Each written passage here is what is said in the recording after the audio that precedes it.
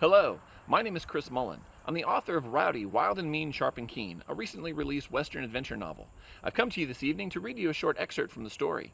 It's a story about adventure, excitement, danger, and the young boy's journey of survival down the Mississippi and across the old wilds of the early West. So sit back, relax, and enjoy this small excerpt from the story.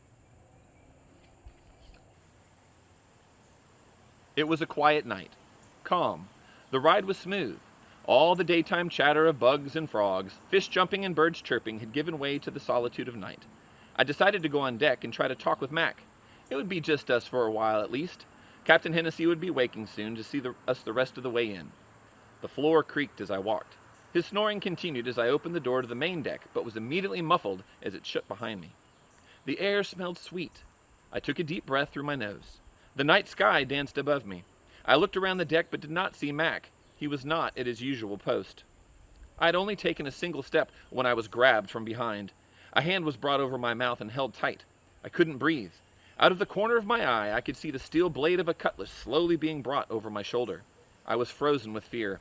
The blade touched my cheek but did not leave its mark. Instead, it continued slowly moving out beyond my face. Wake up, Captain Hennessy, I thought. Once again, my surroundings had gotten the best of me. Always have a watchful eye, Captain Hennessy said during the day as I practiced my spotting duties. But now, what was happening? Look. This word whispered in my ear. Look there. With one hand still pressed firmly across my mouth, the other holding the blade now pointed downriver towards the opposite shoreline. I looked past the end of the blade and saw the shadows of the trees swaying from shore. Nothing unusual stood out at first. As I continued to scan the shadows, I saw what resembled a small skiff. Then I saw a second skiff moving along the shoreline away from us. Just beyond that, a dull glow was coming from shore. This be a bad ting. It was Mac. The first skiff had caught up to the second now, and I could see 3 to 4 men on each. One man jumped ashore, anchoring the skiff while the others quietly waited.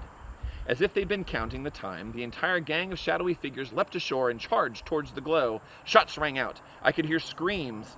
The light from the glow flashed back and forth as bodies blocked its path from my sight. More shots fired. Captain Hennessy charged through the door behind us. Mac let go of me and turned to catch the captain before he made any sounds loud enough to give away our position. He carried a long rifle in his hands but quickly regrouped himself as he and Mac came together. Mac turned to me, placed his hand on my shoulder, and gently pressed down. We all crouched near the deck of Delilah, barely making a sound. Mac had an intense look of concentration on his face. Captain Hennessy had a similar look, but also seemed to be planning our next move at the same time. We floated quietly along as the barrage of carnage continued on shore. A final shot rang out, followed by grunts and cheers. A murderous victory was being celebrated as we floated safely by. Captain Hennessy moved to the stern of the boat and continued monitoring the scene while Mac returned to his usual post. Instead of guiding us, though, he quietly propelled us downriver, quickening our pace by driving his push-pole deep into the shallows and pulling it out again, repeating this until we are at a safe distance. Captain Hennessy returned to the bow, said something to Mac, and then walked over to me. River pirates, he said. We were lucky. Well, I hope you enjoyed the reading. Thank you very much for listening. If you'd like to get your own copy of Rowdy, Wild and Mean, Sharp and Keen, you can surf by Amazon.com or BarnesandNoble.com to pick up a hardback, a paperback, or even an ebook version. Also, swing by www.chrismullenwrites.com and see what else I'm working on. Until next time, everybody, enjoy your stories, be creative, have a great night.